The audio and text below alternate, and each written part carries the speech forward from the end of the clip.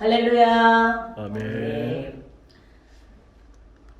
지난주에 우리는 범죄한 인간이 초래한 그 무섭고 끔찍한 죄의 결과들에 대해서 함께 나누어 보았습니다. 네, 한 주 동안 들으신 말씀을 기억하면서 하나님 앞에 애통하면서 가난한 심령으로 많이 엎드린 그런 시간들 보내셨나요? 아멘. 예, 말씀을 듣는 것으로 끝나는 것이 아니라 각각이 자신의 그 삶에 적용하는 그런 은혜가 있으시기를 간절히 소망합니다. 아멘. 예. 아멘.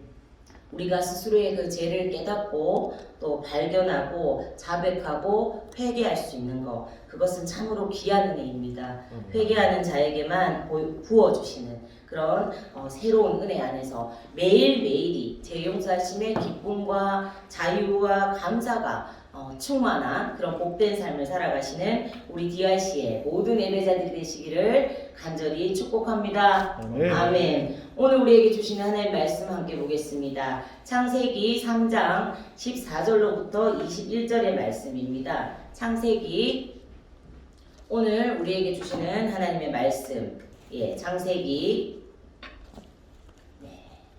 3장 14절로부터 21절 말씀입니다. 우리 함께 교도 가실 때에 제가 먼저 보도록 하겠습니다. 자, 다 찾으신 줄 믿고 제가 먼저 봅니다. 여호와 하나님이 뱀에게 이르시되 내가 이렇게 하였으니 내가 모든 가축과 들의 모든 짐승보다 더욱 저주를 받아 배로 다니고 살아있는 동안 흙을 먹을지니라. 내가 너로 여자와 원수가 되게 하고 내 후손도 여자의 후손과 원수가 되게 하리니 여자의 후손은 내 머리를 상하게 할 것이요 너는 그의 발꿈치를 상하게 할 것이니라 하시고 또 여자에게 이르시되 내가 내게 임신하는 고통을 크게 더하리니 내가 수고하고 자식을 낳을 것이며 너는 남편을 원하고 남편은 너를 다스릴 것이니라 하시고 아담에게 이르시되 내가 내 아내의 말을 듣고 내가 내게 먹지 말라 한 나무의 열매를 먹었은즉 땅은 너로 말미암아 저주를 받고 너는 내 평생에 수고하여야 그 소산을 먹으리라. 땅이 내게 가시덤불과 엉겅퀴를 낼 것이라. 내가 먹을 것은 밭의 채소인즉 내가 흙으로 돌아갈 때까지 얼굴에 땀을 흘려야 먹을 것을 먹으리니 내가 그것에서 취함을 입었음이라. 너는 흙이니 흙으로 돌아갈 것이니라 하시니라. 아담이 그의 아내의 이름을 하와라 불렀으니 그는 모든 산자의 어머니가 됨이더라. 함께 봅니다. 여호와 하나님이 아담과 그의 아내를 위하여 가죽옷을 지어 입히시니라. 아멘. 네. 오늘은 그 지난 시간에 제가 먼저 말씀드렸던 대로 그 인간의 죄의 결과에 대한 하나님의 그 판결을 하나님의 결정이라는 그런 제목으로 그 제목의 말씀으로 함께 나누어 보고자 합니다. 더불어서 하나님의 성품과 본문의 핵심 주제를 담아서 공의는 판결을, 사랑은 복음을, 그리고 새롭게라는 그런 부제도 정해보았습니다. 말씀을 통해서 주신 은혜를 우리가 기대하면서 말씀 속으로 들어가 볼까요? 아멘. 네, 오늘 본문은 자신들의 그 자리를 이탈하고 범죄함으로 무서운 죄의 결과를 초래한 아담과 하와 그리고 뱀에게 하나님께서 그분의 공의로움에 입각하여서 각각의 죄에 대해서 그 판결을 내리시는 장면, 그리고 무한한 사랑에서 비롯된 복음의 선포, 또 크신 긍휼과 자비로 베풀어 주신 새로운 기회에 대한 그런 이야기가 담겨 있습니다. 먼저 하나님께서 각각에게 내리신 그 판결의 부분부터 간략하게 살펴보는 것으로 시작하겠습니다. 첫째, 뱀에 대한 판결입니다. 하나님께서는 범죄한 인간을 먼저 찾아오셔서 질문하시고 대화하셨지만 뱀에게서는 그런 과정을 생략하시고 죄에 대한 판결도 제일 먼저 언도하십니다. 뱀에게는 악의 도구가 되어진 것에 대한 무서운 형벌만이 주어집니다. 뱀을 향한 심판은요, 두 가지의 것으로 이루어졌습니다. 하나는요, 우리가 방금 살핀 것처럼 뱀이 모든 가축과 모든 들 짐승 가운데서 더욱 저주를 받아서 배로 다녀야 되고 죽을 때까지 흙을 먹으면서 살아야 한다는 것입니다. 이것은요, 강교한 뱀이 벌을 받아서 가장 비천한 자리까지 낮추어지는 것을 의미합니다. 다른 하나는 뱀이 여자와 원수가 되고 그 후손도 여자의 후손과 원수가 되어서 여자의 후손은 뱀의 머리를 상하게 하고 뱀의 후손은 여자의 후손의 그 발꿈치를 상하게 한다고 선포하십니다. 이를 들어 우리가 최초의 복음 혹은 원복음이라고도 합니다. 이 부분은 제가 뒤에서 좀 더 심도 있게 다루도록 하겠습니다. 둘째, 여자에 대한 판결입니다. 하나님은 바로 이어서 여자에게 벌을 내리셨습니다. 16절 말씀 눈으로 함께 봅니다. 또 여자에게 이르시되 내가 내게 임신하는 고통을 크게 더하리니 내가 수고하고 자식을 낳을 것이며 너는 남편을 원하고 남편은 너를 다스릴 것이니라 하시고, 처음 인간을 지으시고 생육하고 번성하고 땅에 충만하라 하는 이런 축복을 하셨던 것을 우리 앞전에 살펴보았어요. 그 축복은요, 임신과 출산이라는 그 과정을 통해서 새로운 생명을 얻는 행복과 기쁨으로만 이루어져야 될 그런 일들이었거든요. 근데 죄로 인해서 그 일에 고통이 수반되어 버리고 말았습니다. 여성들은 출산 때에 극심한 그 공포와 고통을 느끼게 되는데, 사실 이는요 다 죄의 결과입니다. 또한 최고의 그 파트너로 동등한 위치에서 서로 존중하며 사랑과 화목을 이루고 그 관계 속에서 행복을 누려야 했던 남편과의 그 관계도 어그러져 버렸습니다. 이렇듯 죄는 우리에게 참 기쁨과 행복을 앗아가 버립니다. 셋째로 남자에 대한 판결입니다. 남자에게 주어지는 하나님의 벌은요, 땅에 대한 그 저주와 남자에 대한 처벌로 이루어져 있습니다. 17절 말씀 눈으로 함께 보십니다. 아담에게 이르시되 내가 내 아내의 말을 듣고 내가 내게 먹지 말라 한 나무의 열매를 먹었은즉 땅은 너로 말미암아 저주를 받고 너는 내 평생에 수고하여야 그 소산을 먹으리라. 땅이 인간의 범죄 때문에 저주를 받아서 가시덤불과 엉겅퀴가 무성한 것으로 변해버렸습니다. 더군다나 풍성한 열매를 그냥 마음껏 따먹을 수 있도록 그렇게 베풀던 땅이요, 인간의 수고와 노동이 가해져야만 비로소 식물을 내어주는 그런 곳으로 전락해버리고 말았습니다. 인간의 범죄는 자연에게까지 그 영향을 미친 것이죠. 한편 남자는요, 평생도록 수고와 고생의 땀을 흘려야지만 땅에서 난 것을 먹을 수 있는 벌을 받습니다. 범죄하기 전 아무 조건 없이 땅을 일구고 또 동산을 지키는 일에 종사할 수가 있었습니다. 하지만 이제는 상황이 완전히 바뀌어 버렸습니다. 하나님께서 맡겨주신 만물을 가꾸고 지켜야 할 신성한 노동이요, 이제는 스스로가 살아남기 위해서 치열하게 싸워야 하는 그런 생존 경쟁의 세속적인 노동으로 바뀌게 되어버린 것입니다. 이렇게 하나님의 공의는요, 결코 죄를 용인하거나 간과하실 수 없으시기에 이렇게 재벌을 정리해서 엄중한 판결을 내리셨습니다. 여기서 끝나버렸다면 인류에게는요, 아무런 희망도 없는 절망의 연속이었겠지만 하나님의 사랑은 죽음과 저주의 판결로만 끝내실 수가 없으셨기 때문에 어둠 속에 한 줄기 빛과 같이 새로운 기회의 문을 열어주시고 또 희망을 가질 수 있는 그런 부분들을 심어두셨습니다. 본문에서는 인간을 향한 깊은 사랑과 긍휼로 베풀어 주신 하나님의 조치, 그 조치 세 가지를 우리가 발견할 수 있는데요. 하나는 앞서 언급한 원복음에 대한 애언입니다. 또한 또 하나는 하와라는 이름의 의미 속에 담겨져 있는 의미예요. 마지막 하나는 가죽옷을 입혀주심에 있습니다. 이 시간 그 내용들을 함께 살펴보면서 우리가 하나님의 깊은 사랑과 그 크신 긍휼의 은혜가 깨달아지는 그런 시간 되기를 간절히 소망합니다. 아멘. 첫째 조치입니다. 복음의 선포입니다. 우리는 본문으로 대하고 있는 3장 15절 말씀을요, 앞서 말한 것처럼 최초의 복음 혹은 원복음이라고 부릅니다. 그것은요, 최초로 범죄한 인류를 구원하기 위한 하나님의 복음이 선포되고 있기 때문입니다. 범죄한 인간에게는 이제 아무런 희망도 소망도 전부 다 사라지고 말았습니다. 하나님께서는 그런 절망적인 상태에 빠져버린 인간에게 복음을 선포해 주심으로 희망의 빛을 비추어 주신 것입니다.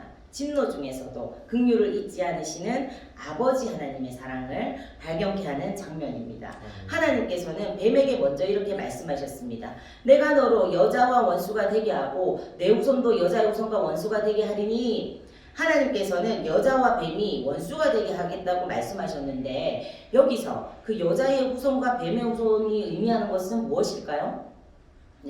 여자의 후손은요, 하와를 통해서 이 땅에 태어나게 될 믿음의 후손을 말합니다. 그리고 뱀의 후손은요, 하와를 통해서 이 땅에 태어나긴 하되 하나님과 상관없이 살아가는 불신자들을 가리킵니다.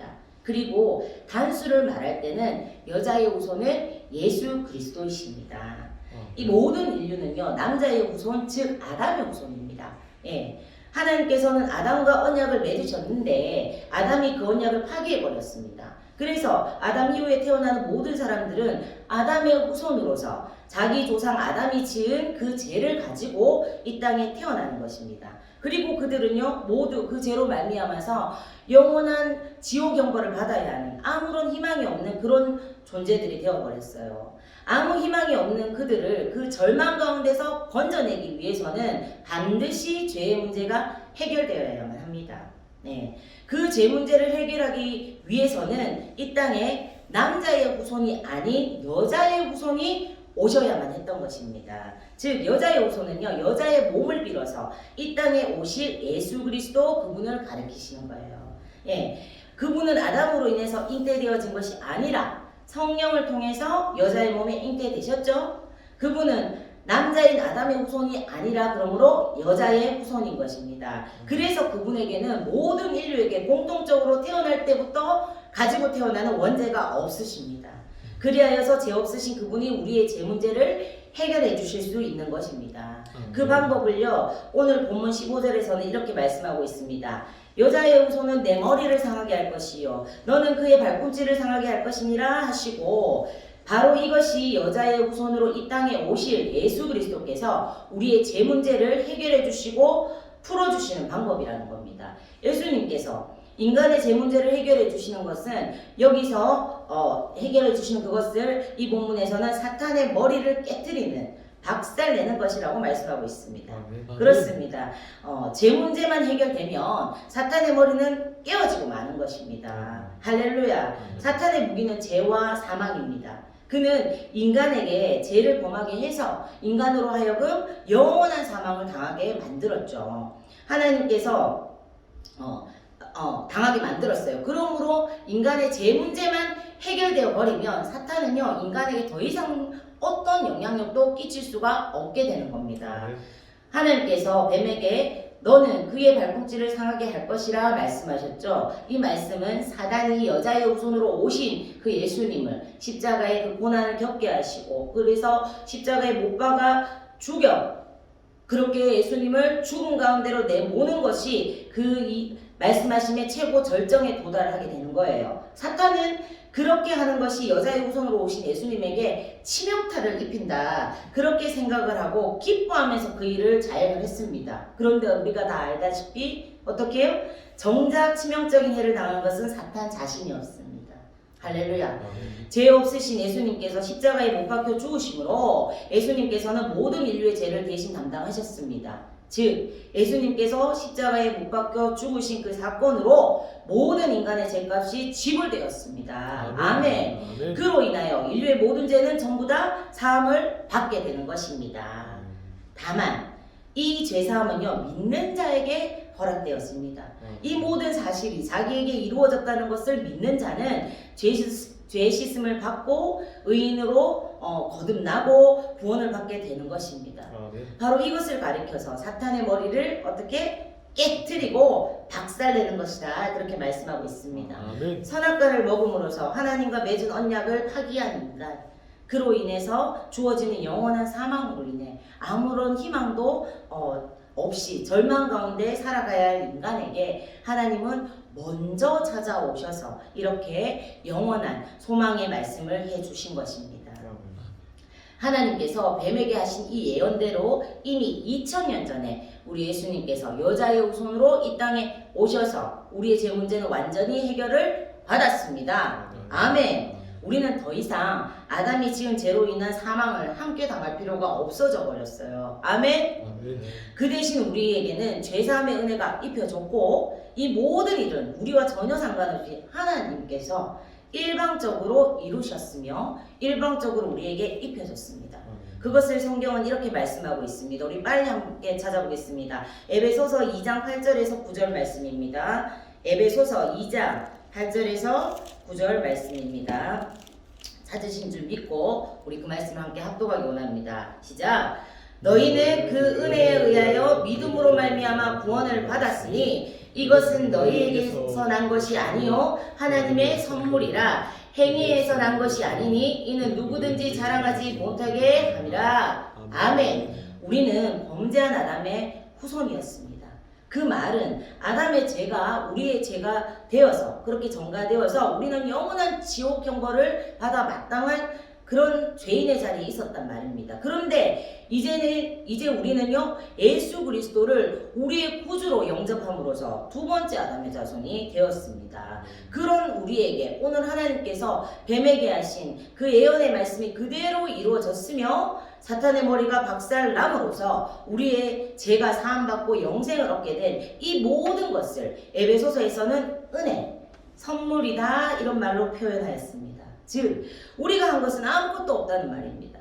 예. 이 모든 일은 우리와 무관하게 하나님께서 다 이루셨다는 거예요. 하나님께서는요 아담이 선악과를 먹음으로 범죄하자 부랴부랴 이거 어떡하지 하고 그 일을 계획하시고 이루신 것이 아닙니다. 그 일은요 이미 전능하시고 전지하신 그분 안에서 영원전에 하나님께 계획하신 대로 하나하나 이루어진 것입니다. 그것을 갈라디아서 4장 4절에서는 이렇게 말씀하고 있습니다.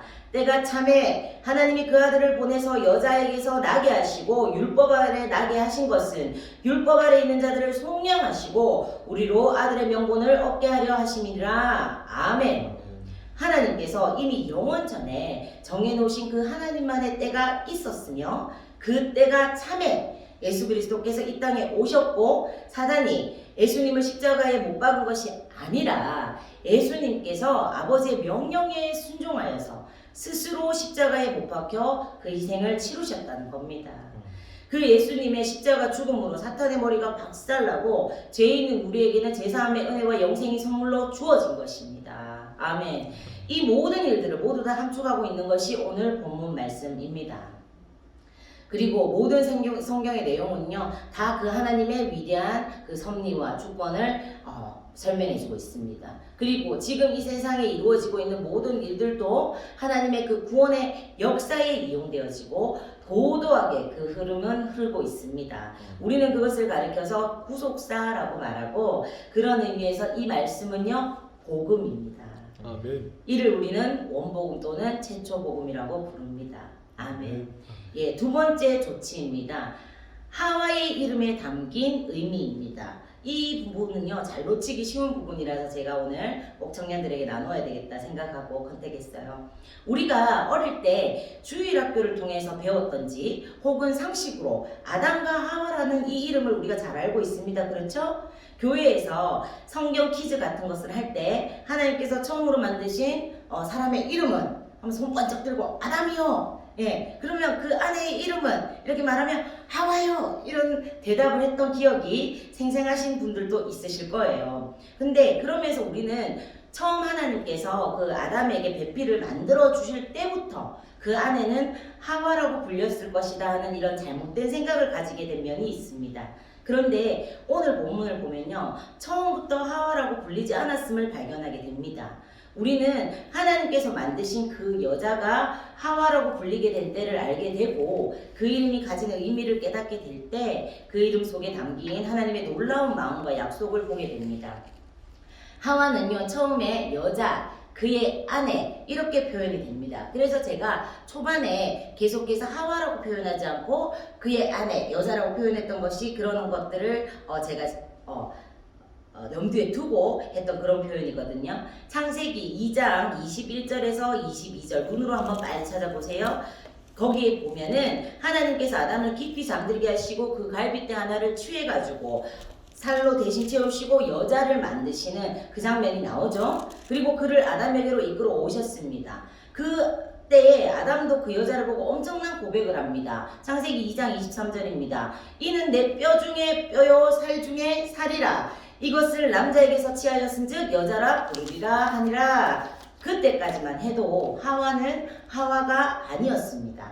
남자에게서 취하여 만들었기 때문에 여자라 불렀다 이렇게 증거하고 있죠. 창세기 3장에 우리가 계속해서 살펴보면 여기에 들어서서도 계속해서 여자로 등장을 합니다. 뱀이 여자에게 물어 이르되 본문 쭉 한번 눈으로 보세요. 여자가 뱀에게 말하되 여자가 그 나무를 본즉 여자가 그 열매를 따먹고 아담과 그의 아내가 하나님이 주셔서 나와 함께 하게 하신 그 여자 그가 하나님이 여자에게 이르시되 이런 식으로 계속해서 그런 표현이 나옵니다. 근데 모든 죄의 판결이 끝난 이후인 오늘 본문 20절에 와서야 아담이 이렇게 말합니다. 아담이 그의 아내 이름을 하와라 불렀으니 그는 모든 산자의 어머니가 됨이더라. 이때부터 하와가 된 것입니다. 그런데 지금이 어떤 상황입니까? 범죄함으로 하나님의 법정에 소환되어 있고 하나님의 그 판결이 선포되어서 이제 그들은 하나님을 떠나서 죄와 사망의 법에 의해서 지배를 받고 그들이 다스렸던 피조 세계 그곳에서 이제 땀을 흘려 수고하고 고통을 받게 되는 이 모든 것들을 언도받은 그래서 다시는 하나님께로 되돌아갈 수 없는 그런 상황입니다. 그런데 이런 절망적인 상황 속에서 아담은 그의 아내를 향해서 하와라는 이름을 지어주고 있습니다. 하나님의 심판과 쫓겨남 앞에서 그의 아내를 향해서 너는 이제 모든 산자의 어머니 이렇게 이름을 붙여주고 부르고 있는 거예요. 과연 아담은 무슨 생각으로 자기 아내에게 하와라는 이름을 지어주고 있는 것일까요? 이제 쫓겨나서 하나님을 떠나서 죄의 저주 아래서 고통을 당하게 됐는데 그런 상태에서 그 여자를 하와라고 부르는 것이 합당한 것일까요? 아담이 여자에게 그런 이름을 지어주고 부를 수 있었던 이유는요. 그 절망과 두려움 가운데 들어오는 하나님의 약속이 있었기 때문이었습니다. 그 약속은 앞서 우리가 살펴본 3장 15절에 선포되어진 원복음 그 안에 있습니다. 예. 우리 다시 한번 그 부분 잠깐 빨리 보겠습니다. 3장 15절입니다. 시작. 내가 너로 여자와 원수가 되게 하고 내 후손도 여자의 후손과 원수가 되게 하리니 여자의 후손은 내 머리를 상하게 할 것이요 너는 그의 발꿈치를 상하게 할 것이니라 하시고 아멘. 아담과 그의 아내가 불순종해서 죄로 말미암아 하나님의 그 언약을 파기해 버렸지만 하나님의 그 공의는 죄를 심판하셨어야 하셨지만 그것이 전부가 아니었습니다. 하나님께서는 이런 그들을 포기하시지 않으셨습니다. 예. 앞서 살펴본 대로 그들에게 너무나 가슴이 벅찬 희망이 담긴 약속, 말 그대로 복음을 들려주신 것입니다. 아담은요, 그 절망 속에서 하나님의 이 약속을 붙들었습니다. 아멘. 복음을 받아들인 것입니다. 무섭고 두렵고 스스로 이제는 어떻게 할 수 없는 상황 속에서 오직 하나님의 그 약속만을 마음에 새긴 것이에요.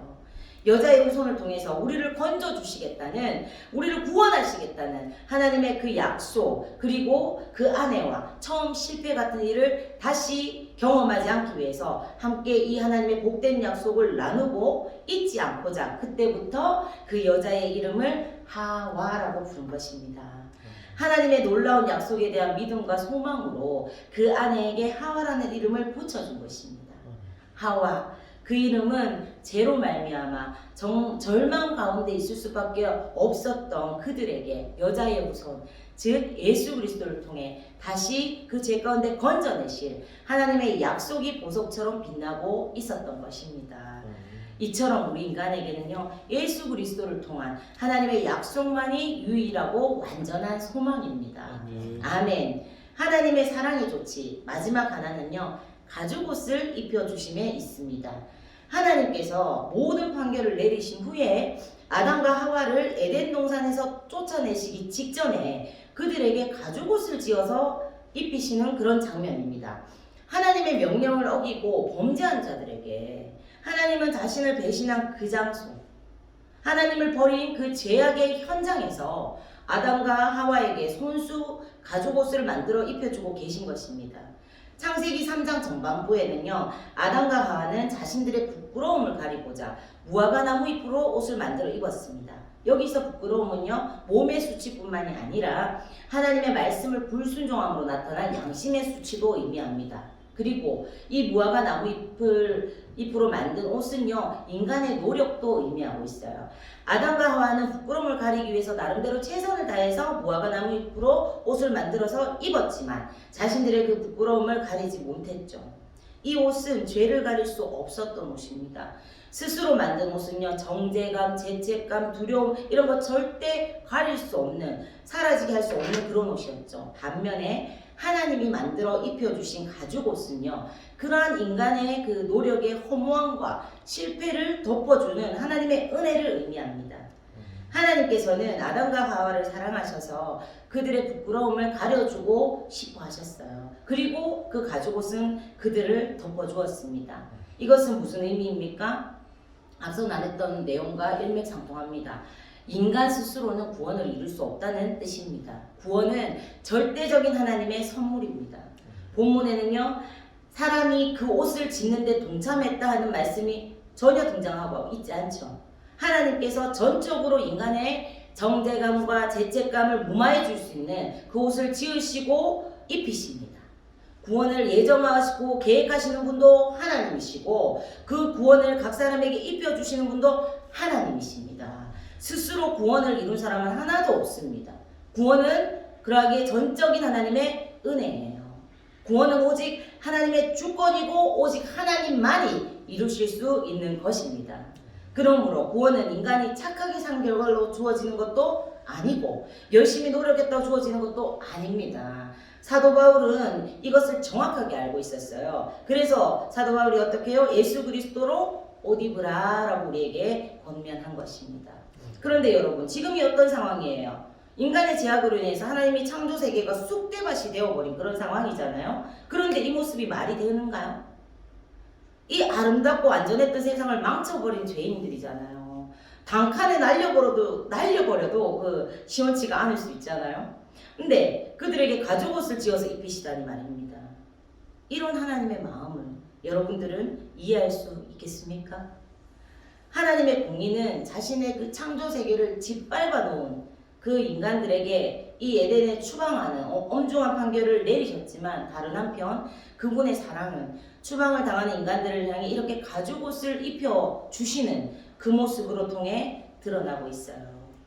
아담과 하와는요, 불순종함으로 하나님과의 그 아름다운 관계를 깨뜨리고 모든 것들을 망쳐버렸어요. 하지만 그들을 향한 하나님 아버지의 크고 놀라우신 그 사랑은 앞으로 이들이 겪을 고난의 인생길까지도 생각하사 새로운 시작을 미리 준비해 주시고 예배해 주고 계심이 너무나 놀랍지 않습니까? 여기까지만 보아도 너무나 큰 은혜요, 긍휼과 사랑이 절절하게 넘치시는 그런 조치죠. 그런데 여기에는 그 이상의 더 깊고 놀라운 의미가 담겨 있어요. 그것은요, 이 조치가 3장 15절에 원복음과 함께 그럼에도 불구하고 그런 인간들을 하나님께서 자비와 은총으로 돌보시고 구원의 길로 인도하신다는 걸 실제적으로 나타내 보여주시는 그런 모습이라는 겁니다. 그래서 하나님만이 인간을 위한 참 소망과 생명을 주시는 구원자 되심을 확실하게 이들에게 보여주시는 거예요.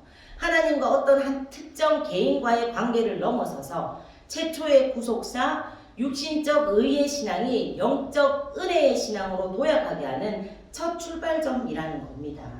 하나님께서 아담과 하와에게 가죽옷을 만들어 주시기 위해서 어떻게 하셨어요? 짐승 한 마리를 잡아서 피를 흘려 죽게 하셨죠. 만약에 아담과 하와가 죄를 짓지 않았더라면 그 짐승은 피 흘려 죽을 필요가 없었을 거예요. 결국 짐승은요, 아담과 하와의 그 죄 때문에 피 흘려 죽었고 그 결과로 아담과 하와는 부끄러움을 가릴 수가 있었습니다. 피 흘리고 죽은 무죄한 동물의 희생이 만들어낸 이 가죽옷은요, 바로 예수님의 그림자이며 그 피는 바로 예수 그리스도의 대속사역을 의미합니다. 하나님께서 동물의 가죽을 벗겨서 아담과 하와의 부끄러움과 수치를 덮은 것 같이 예수님께서 이 땅에 어린 양으로 오셔서 그 수치를 모르는 타락한 인간들을 위해서 벌거벗겨져서 대신 수치와 부끄러움을 당하시고 대신 죽어주심으로써 인간이 저지른 모든 죄악을 다 덮어주신 그 구속사역에 대한, 그리고 제약된 우리를 살리시려고 완전한 속죄제물과 그 화목제물로 이 땅에 오실 예수 그리스도, 그분을 예표하는 사건인 것입니다. 아멘. 이 예표가 그대로 실행된 십자가 위에서 예수 그리스도께서 인간의 죄를 대신에 피 흘리는 제물이 되어 죽으심으로 우리의 모든 죄가 사함을 받게 되었습니다. 할렐루야. 이런 의미에서 가죽옷은요, 인간 자신의 공로로 사는 삶이 얼마나 비참한 거고 처참한 결과인가를 보여주고, 반면에 하나님의 은혜로 사는 삶이 얼마나 아름답고 소중한 삶인가를 우리로 하여금 깨닫게 합니다. 그리고 인간은 하나님의 은혜의 세계로 돌아오게 하기 위해서라면 하나님 이분은요, 죄 없는 한 동물의 살을 찢고 그 피를 흘려 죽이는 일과는 비교도 될 수 없는 하나님 당신이 자신이 인간의 몸을 입고 이 땅에 친히 오셔서 그 살을 찢고 피를 쏟으시는 엄청난 대가를 치르시더라도 당신의 최고의 피조물인 그 인간을 결코 포기치 않으시고 끝까지 책임지시고 반드시 구원하실 것을 약속해주고 계신 것입니다. 아멘. 지금은 불순종하고 타락해 망가져 있는 상태에 있을지라도 인간은 하나님의 가장 소중한 피조물이자 사랑의 대상이라는 겁니다. 그 때문에 본래의 인간 창조의 목적을 끝내 이루도록 도우시는 것이 하나님의 본뜻임을 그렇게 증명해주고 계신 겁니다. 우리로서는 도저히 이해할 수도 상상할 수도 없는 조치이자 하나님의 사랑입니다. 사랑은 여기 있으니 우리가 하나님을 사랑한 것이 아니요 하나님이 우리를 사랑하사 우리 죄를 속하기 위하여 화목제물로 그 아들을 보내셨음이라. 요한일서 4장 10절의 말씀처럼 하나님은 예수 그리스도를 통하여 자신의 사랑을 확증하셨고 범죄한 인간을 구원할 것을 약속하신 그 약속을 성취하셨습니다. 그러므로 본문에 나타난 가죽옷은요 매우 중요한 상징이자 구원에 대한 상징이며 이 본문을 통하여 우리가 보아야 할 것은 가죽옷 이 자체가 아니라 그 옷에 담겨있는 하나님의 사랑과 구속의 의미입니다. 그렇습니다. 우리는 하나님의 이러한 조치들을 통해서도 인류의 죄가 얼마나 크고 비참한 고통인가를 보면서 아담과 하와가 범한 죄가 얼마나 심각하고 엄청난 것이었는가 하는 사실을 다시 한번 깊이 깨달아야 합니다. 그것은 하나님께서 창조하신 완전 그 아름다운 세상을 완전하고 선한 그 세상을 송두리째 망가뜨려 버린 사건이었어요. 그 불순종한 사건 하나로 인해서 쓰나미가 확 온 도시를 쓸어버리는 그런 것처럼 하나님이 창조한 온 세상을 쓸어버렸던 것이 뭐다? 바로 죄입니다. 그리고 그 죄는 지금까지도 그 지배력을 우리에게 행사하고 있는 거예요. 오죽했으면 예수 그리스도께서 십자가에 못 박혀서 죽으셨어야지만 그 끔찍한 죄의 문제가 풀려질 수 있었겠습니까? 그렇기 때문에 우리는 죄를 결코 가볍게 여겨서는 안 돼요. 처음이 좋았고 정말 아름답게 창조된 우리의 모든 것들을 깨트려버린 것이 뭐다? 죄단 말입니다.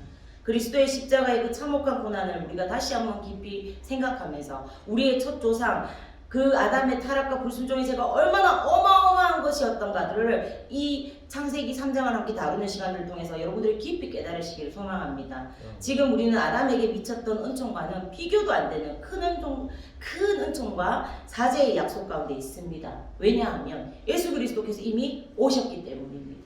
그리고 그 예수 그리스도 안에서 우리에게 은혜로 주어진 십자가의 보혈의 공로를 믿음으로 말미암아 우리의 모든 죄가 사하여졌고 그 피로 하나님과 화해를 이룬 사람들이 되었습니다. 아멘. 아담이 하나님의 창조의 세계를 완전히 유린하고 하나님 앞에 추방을 당하는 그런 시점에서도 하나님 아버지께 이러한 긍휼을 입었다 할 것을 우리가 살펴보았으며 그리스도의 예수의 보혈의 피로 말미암아 속죄함을 입은 우리들은 어떨까요? 예수 그리스도의 그 공로를 의지해서 하나님을 아버지라 부를 수 있게 되었습니다. 아멘. 그분 앞에 나가서 우리의 죄를 자복하고 새로운 기회 주시기를 다시 한번 하나님과의 그 관계를 회복해 주시기를 간구하면 우리를 자녀로 받아주시는 하나님의 그 은총은 아담에게 뿐만 아니라 지금 우리에게도 계속해서 부어지고 있다는 것을 기억하고 믿어야 합니다. 아멘. 말씀을 마무리하면서 저는 오늘 여러분들에게 권면하고 싶습니다. 너무나 뼈저린 실패의 경험이 가진 분들이 계신가요?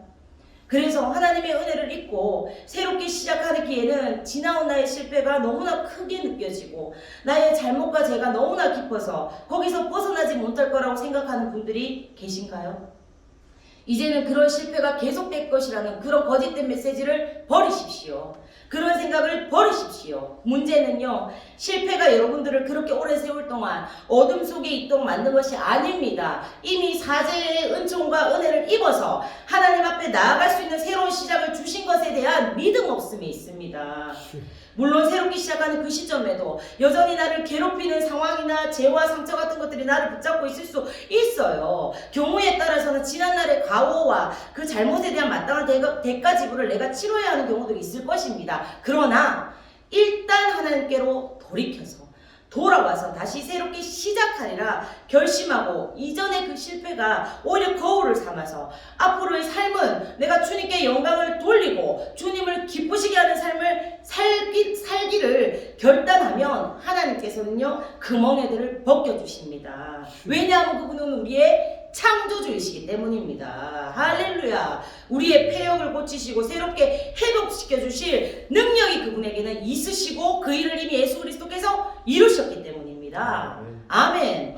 그러므로 이제 우리는 자신의 인생을 고통스럽게 만들었던 과거의 실패나 문제 그리고 과거에 자신을 얽어맸던 그 연약함이나 죄를 주목해서는 안 됩니다. 이제는 우리의 눈을 들어서 그 하나님을 바라보고 그분을 얻으면 모든 것을 얻은 것이라는 믿음 그리고 그 주님께만 온전히 순종하고 또 그 주님만을 사랑하는 삶을 살기 위해서는 내가 무언가를 포기하고 잃더라도 두렵지 않다는 그런 담대한 믿음을 가지고 하나님 앞에 나아갈 때 우리는 다시 새롭게 시작할 수 있습니다. 아멘. 어떤 실패를 했었던 어떤 어두운 인생의 길을 걸었던 어떤 두려움과 수치 속에 살아왔던 하나님 앞에서 이제는 주님만을 기쁘시게 하는 삶을 내가 살겠습니다. 이렇게 새롭게 결단한다면 그런 사람에게는 과거의 실패는 더 이상의 부끄러움이나 수치가 아니라 은총의 그 광선을 찬란하게 빛나게 만드는 보석과 같이 그 은혜를 눈부시게 비춰내는 반사경같이 아름답게 사용되어질 걸 믿습니다. 아멘. 그래서 오늘 또 우리는 아무 공로 없는 죄인들을 위해서 못 박혀 죽으신 우리 주 예수 그리스도의 그 십자가를 바라보게 되는 것입니다. 아멘. 우리 같은 그 죄인들을 위해 십자가에 못 박히신 하나님 아버지의 그 크고 놀라우신 사랑, 그 놀라운 은혜를 바라보면서 매 순간순간 주님 앞으로 나아가 엎드리는 우리 모두가 되어집시다. 아멘. 우리 DRC의 모든 예배자들이 이전의 모든 실패들을 뛰어넘고 주님 안에서 새롭게 다시 시작해서 놀랍고 복된 아름다운 승리의 삶을 살아가는 주인공들이 모두 되시기를 주님의 이름으로 간절히 축원합니다. 아멘. 아멘. 우리 이 시간 우리에게 나에게로 나오라 부르시는 나에게 나오라 말씀하시는 그 주님 앞에 나아가는 시간을 가지기를 소망합니다. 어떠세요? 하나님께서는요 실패하고 모든 것들을 망가뜨리고 어그러뜨려 버린 그런 인간들에게 먼저 찾아오신 그한 사랑의 하나님이셨습니다. 그분의 공의는 그 죄악들을 그냥 간과하고 넘어가 주실 수 없었지만 그 공의를 행하신 만큼 그분은 혹독한 사랑의 대가를 치르시면서까지 우리를 살리기 원하셔서 그런 세 가지의 조치들을 하나님만의 그 놀라운 지혜와 방법으로 이루셨습니다. 우리는 그래서 살았습니다. 이 시간 여러분들 안에 어떤 슬픔이 있고 어떤 아픔이 있고 깨어짐이 있으신가요? 이 시간 예수님 앞으로 나오십시오. 슬픈 마음 있는 자, 몸과 마음 병든 자 누구든지 부르시오. 예수 이름 부르시오. 그 이름을 믿는 자, 그 이름을 부르는 자, 그가 어떤 사람이든 그는 구원 얻으리라. 할렐루야. 우리 함께 찬양합니다.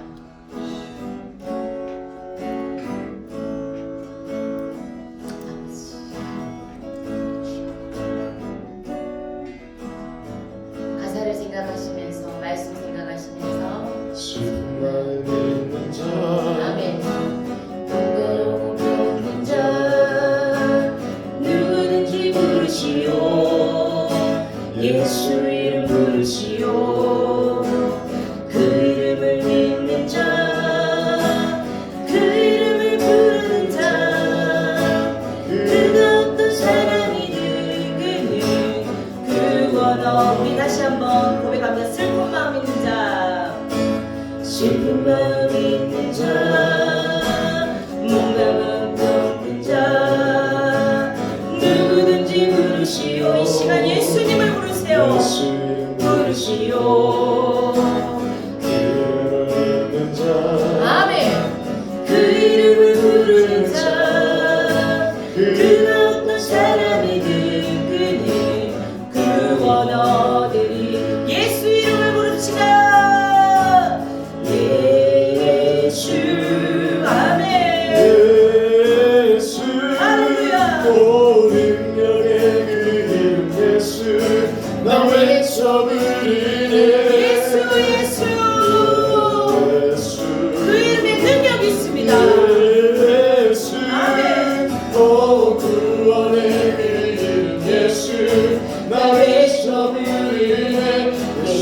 그리스도 선포합니다. 궁각은 나의 없으나 궁각은 내게 없으나 나 가진 건 너에게 주니 아멘. 능력의 이름 예수라 이 이름을 붙드세요. 아멘. 그 이름을 외치는 자 반드시 주님이 살려주십니다. 어떤 사람이든 그는 주의 영광 보리라. 예수 예수 능력의 이름 아멘. 나 외쳐 부르네. 예수 아멘 아멘. 예수